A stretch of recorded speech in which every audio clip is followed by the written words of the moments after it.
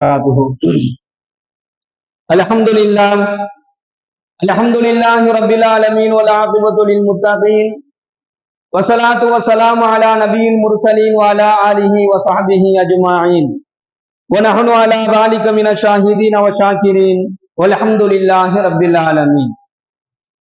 கண்ணியத்திற்குரிய அல்லாஹ்வின் நல்லடியார்களே, சகோதரர்களே, சங்கைக்குரிய ரமலான் மாதத்தினுடைய 7வது நோன்பையும் 8வது நாளினுடைய தராவி தொழியும் தொழுதுவிட்டு நாம் அமர்ந்திருக்கின்றோம். எல்லாம் வல்ல இறைவன் நாம் வைத்த நம்முடைய நோன்புகளையும் நாம் தொழுத நம்முடைய தொழுகைகளையும் இந்த நோன்பிலே நாம் அல்லாஹ்விடத்தில் கேட்ட நம்முடைய எல்லா துஆக்களையும் எல்லாம் வல்ல இறைவன் பரிபூர்ணமாக அங்கீகரித்துக் கொள்வானாக. ஆமீன் ஆமீன் யா ரப்பல் ஆலமீன். கண்ணியமிக்க அல்லாஹ்வின் நல்லடியார்களே, சகோதரர்களே, தராவினுடைய தொழுகையில இன்றோடு சரியாக 10 ஜுஸூக்கள் முடிவடைந்து இருக்குது. 7 நோன்புகள் நிறைவடைஞ்சிருச்சு, 8 தராவியும் முடிஞ்சிருச்சு. அல்லாஹ்வுடைய மிகப்பெரிய ஒரு சலுகை என்ன அப்படின்னு சொன்னா, நல்ல நேரங்களை தொடர்ந்து தன்னுடைய அடியார்களுக்கு வழங்குவதில் அல்லாஹ் மிகவும் சிறந்தவனாக இருக்கிறான். அவன் அடியாருக்கு வழங்கக்கூடிய சில நேரங்கள் இருக்குது. அந்த நேரங்களை அல்லாஹ் தொடர்ந்து வழங்கிக்கிட்டே இருப்பான். அதுல ஒண்ணுதான் இந்த ரமலானுடைய மாதம். இந்த ரமலானுடைய மாதம் இருக்குது. இந்த நேரமும் இந்த நாட்களும் இதுல நாம பயன்படுத்தக்கூடிய அந்த வினாடிகள், அந்த நிமிடங்களும் நமக்கானதல்ல. இது முழுக்க முழுக்க அல்லாஹ்விற்குரியது. போன வாரம் தான் நம்ம தராவி தொழுகையை ஆரம்பித்ததை போன்று இருந்தது. இன்றுக்குள்ள 10 ஜுஸூக்கள் நிறைவடைந்திருக்கு. அப்போ 10 ஜுஸூக்கள் முடிவடைந்த ஒரு நிலையில இருக்கிறோம். முதலாவது 10, அதாவது ரஹ்மத் என்று சொல்லக்கூடிய அந்த முதலாவது 10ஐ நிறைவு செய்யக்கூடிய ஒரு நிலையில இருக்கிறோம். நிறைய இந்த முதல் 10ல அல்லாஹும்ம ரஹம்னா பிரஹ்மத்திக யா அர்ஹமர் ராஹிமீன், அல்லாஹ்வுடைய அந்த கருணையை, அந்த ரஹ்மத்தை நீங்கள் முதலாவது 10ல கேளுங்க என்பதாக ஸல்லல்லாஹு அலைஹி வஸல்லம் அவங்க சொன்னாங்க. யாரெல்லாம் அல்லாஹ்விடத்தில் அந்த ரஹ்மத்தை கேட்டார்களோ, யாரெல்லாம் கேட்க மறந்தார்களோ, கேட்டவர்களுக்கும் அதை கேட்காமல் மறந்தவர்களுக்கும் அல்லாஹ் தன்னுடைய ரஹ்மத்தை வாரி வழங்குவானாக.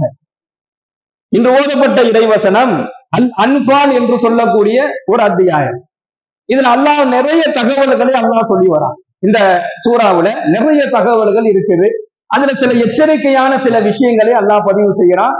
என்ன மாதிரி எச்சரிக்கை அப்படின்னு சொன்னா, அல்லாஹ் சொல்றான், மனிதர்களே,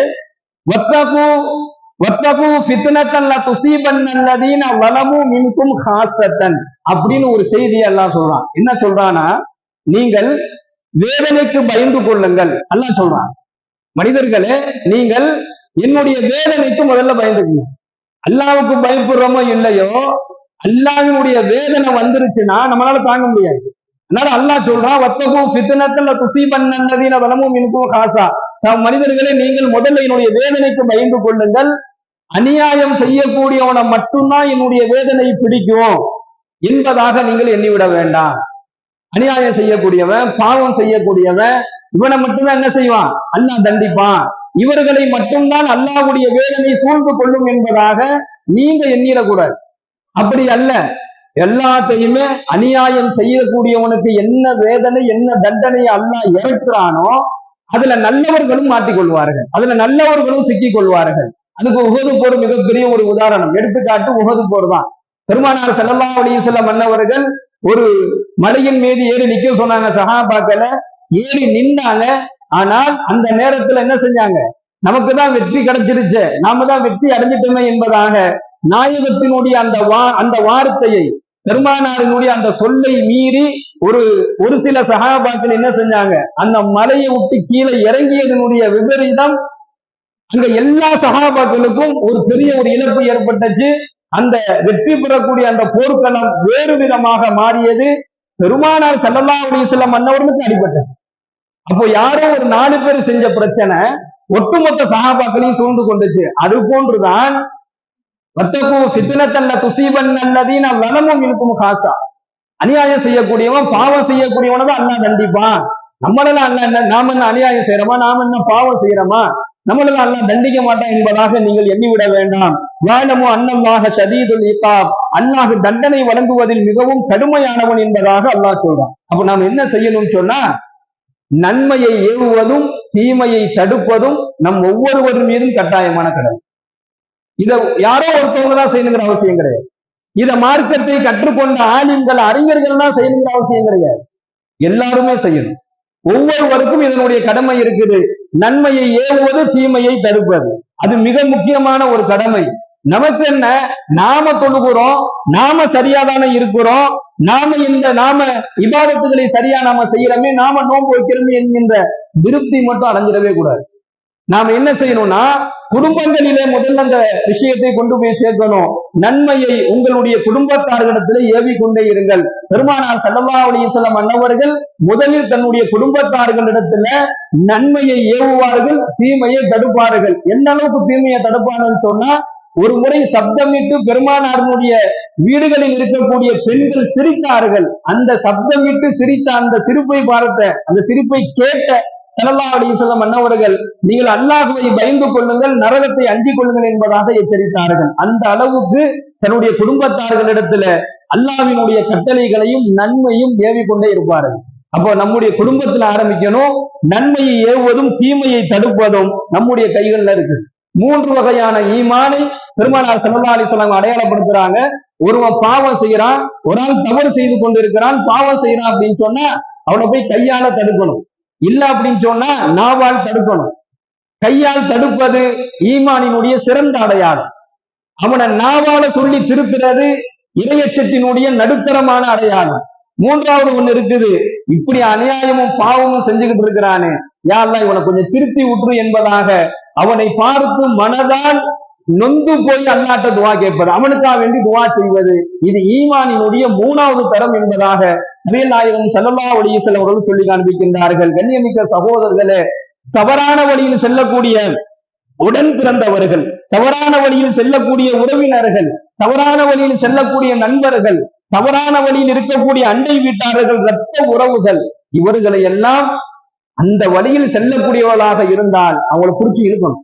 தொழுகை இல்லையா, புடிச்சு கூப்பிடணும். அவனை கூட பிறந்த சகோதரனா இருந்தாலும் சரி, சொந்தக்காரனா இருந்தாலும் சரி, யாராக இருந்தாலும் அவனிடத்துல தொழுகை இல்லைன்னா அவனை புடிச்சு கூப்பிடணும். நீ வந்து தொழுகுவா, நீ நோன்பு ஏன் வைக்கல, நோன்பு வை, நீ இறை கட்டளைகளை நிறைவேற்று என்பதாக சொல்லிக் கொண்டே இருக்க வேண்டும். நாம் அவனை புடிச்சு சொல்வதன் மூலமாக இவன் பைத்தியக்காரன் நினைச்சாலும் பரவாயில்ல, அல்லாஹ்விடத்துல நம்ம உயர்ந்த இடத்துக்கு போயிடலாம்.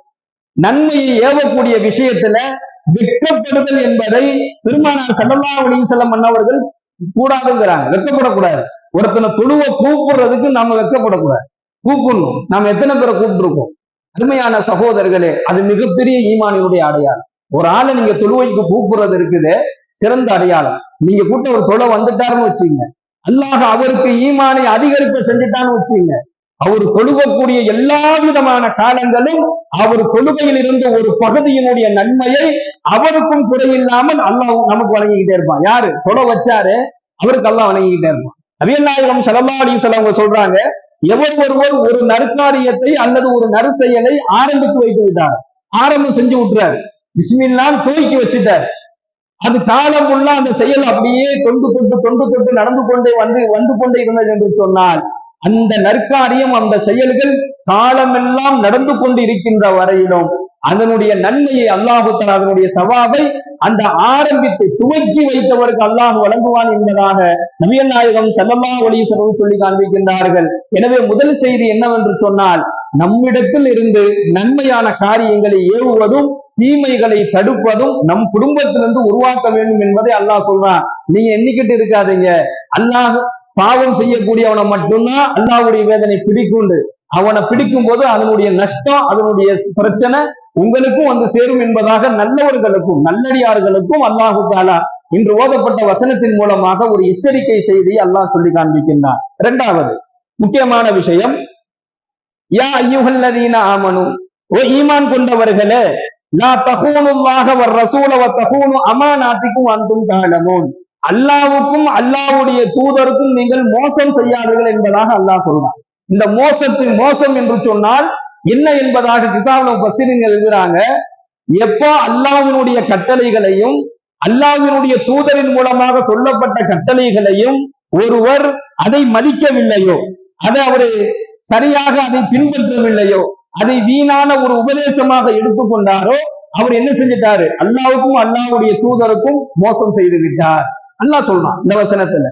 பரவான கடமைகளை தட்டி கழிப்பது மோசமான ஒரு செயல். அது நீங்க உங்களுக்கு செய்யக்கூடிய அநீதி அல்ல, அல்லாவுக்கும் அல்லாவுடைய தூதருக்கும் நீங்கள் மோசம் செய்யறீங்க. எத்தனை பரலான தொழுகைகளை நாம விடுறோமோ, ஒரு பரலான தொழுகையை நாம விடும் பொழுதும் நம்ம நினைச்சுக்கணும், அல்லாவிற்கு நாம் துரோகம் செய்து கொண்டிருக்கிறோம், அல்லாவினுடைய தூதருக்கு நாம் மோசம் செய்கிறோம். அதைத்தான் அல்லாஹ் சொல்றான். இந்த ஒரு விஷயத்தை சொல்லிட்டு அடுத்து சொல்றான், தகூனு அமானாத்திக்கும், உங்களிடத்துல பாதுகாப்புக்காக வேண்டி கொடுக்கப்பட்ட ஒப்படைக்கப்பட்ட அமானிதங்களை என்ன செஞ்சிடாதீங்க, நீங்க அமானிதங்களை துரோகம் செய்து விடார்கள் என்பதாக எல்லாம் உள்ள இறைவன் இந்த தகவலை இந்த ஓதப்பட்ட வசனத்துல அல்லாஹ் சொல்றான். அப்ப பரலான தொழுகைகளை தட்டி கழிப்பதும் மோசமான செயல், ஒருவரை ஏமாற்றுவதும் மோசமான செயல் என்பதாக அதற்கு நான் இப்னு அப்பாஸ் ரலியல்லாஹு அவர்கள் அறிவித்து காட்டுகின்றார்கள். கண்ணியமிக்க சகோதரர்களே, ஒருவரினுடைய ரகசியத்தை அம்பலப்படுத்துவது, ஒருவரினுடைய குறையை வெளியிலே சொல்லி அதை கொண்டு சந்தோஷம் அடைவது, ஒருவரை ஒருவர் ஏமாற்றிக் கொள்வது,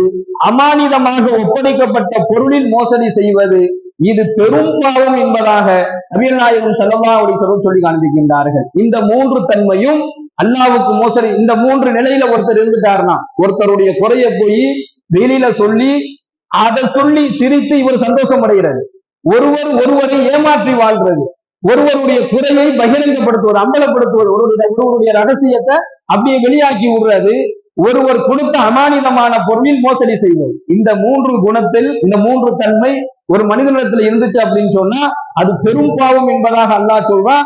அதற்கு உண்டான தண்டனையை நிச்சயமாக வழங்குவேன், அது செயல்களிலே மிகவும் மோசமானது என்பதாகவும் அல்லாஹும் அல்லாஹ்வுடைய தூதரும் சொல்லி காண்பிக்கின்றார்கள். அதை பத்தி பெருமானார் ஸல்லல்லாஹு அலைஹி வஸல்லம் ஒரு விளக்கமாக சொல்றாங்க.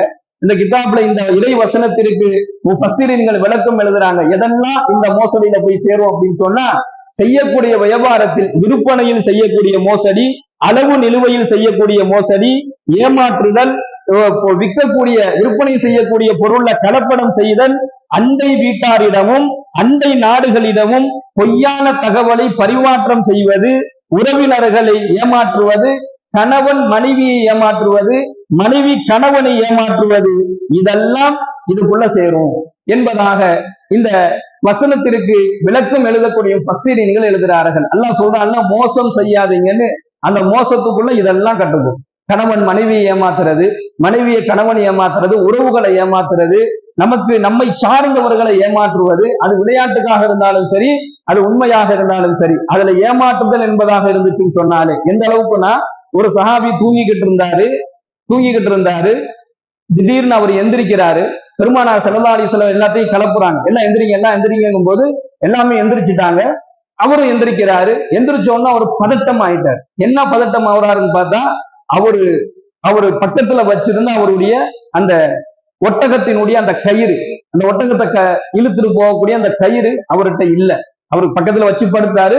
எந்திரிக்கும் போது அவர்கிட்ட எல்லாம் ஒரு பதஷ்டம் ஆயிட்டார். உடனே இன்னொரு சஹாபி வந்து, பதஷ்டப்படாத, நான் தான் உனக்கு விளையாட்டுக்காண்டி எடுத்து வச்சேன்னு சொல்லி கொடுத்தாரு. இந்த நிலையை பெருமானார் ஸல்லல்லாஹு அலைஹி வஸல்லம் பார்க்கிறாங்க. பார்த்துட்டு அந்த கயிறை எடுத்து வச்சவரை கூப்பிட்டு, ஒரு ஈமான் கொண்ட ஒரு சகோதரனை பதற்றம் அடைய செய்வது, விளையாட்டுக்காக வேண்டி ஏமாற்றுவதை அல்லாஹ் விரும்ப மாட்டான் என்பதாக, இந்த செயலை நீங்கள் செய்யாதீங்க என்பதாக எச்சரித்தாங்க. அப்ப கண்ணியமிக்க சகோதரர்களை, விளையாட்டிற்கு கூட ஒருவரை ஏமாற்றுவது, விளையாட்டுக்கு கூட ஒருவரை பதற்றம் அடைய செய்வதை அல்லாஹ்வும் விரும்ப மாட்டான், அல்லாஹ்வுடைய தூதரும் அதுல எச்சரிக்கையாக இருங்கள் என்பதாக சொன்னாங்க. இந்த வசனத்தினுடைய முடிவுல அல்லாஹ் சொல்றான், இந்த நிலையில் இருக்கக்கூடியவர்களுக்கு உரிய தண்டனை நிச்சயமாக நாளை வழங்கப்படும் என்பதாக அல்லாஹ் கூறுகின்றான். அல்லாஹ் இந்த குணங்களை விட்டு நம்மை தூரமாக்குவானாக. அடுத்தபடியாக சொர்க்கத்தை பெற்று பெறக்கூடிய ஒரு அமலை பெருமானார் ஸல்லல்லாஹு அலைஹி வஸல்லம் சொல்றாங்க. சொர்க்கத்துல நுழைவதற்கு ரொம்ப இலகுவான ஒரு வழியை பற்றி சொல்லும் பொழுது, எவர் ஒருவர் ஃபஜ்ர் தொழுகைக்கு பின்னாடியும் அஸருடைய தொழுகைக்கு பின்னாடியும் சிறிது நேரம் அல்லாஹ்வை திக்ர் செய்கிறார், ஃபஜ்ர் தொழுகைக்கு பின்னாடியும் அஸருடைய தொழுகைக்கு பின்னாடியும் சிறிது நேரம் எவர் ஒருவர் அல்லாஹ்வை திக்ர் செய்கின்றாரோ அவருக்கு அல்லாஹ் சொர்க்கத்தை வழங்குவான் என்பதாக நபிகள் நாயகம் ஸல்லல்லாஹு அலைஹி வஸல்லம் சொல்லி காண்பிக்கின்றார்கள். எல்லாம் வல்ல இறைவன் அந்த நல்ல நசீபை நம் அனைவருக்கும் வழங்குவானாக. வாயுதவானா அல்ஹம்துலில்லாஹி ரப்பில் ஆலமீன். அஸ்ஸலாமு அலைக்கும் வரஹ்மத்துல்லாஹி வபரகாத்துஹு. சுப்ஹானல்லாஹி வபிஹம்திஹி, சுப்ஹானக்கல்லாஹும்ம வபிஹம்திக வனஷ்ஹது அல்லா இலாஹா இல்லா அன்த வனஸ்தக்ஃபிருக வனதூபு இலைக். சுப்ஹான ரப்பிக ரப்பில் இஸ்ஸத்தி அம்மா யசிஃபூன் வஸலாமுன் அலல் முர்சலீன் வல்ஹம்துலில்லாஹி ரப்பில் ஆலமீன்.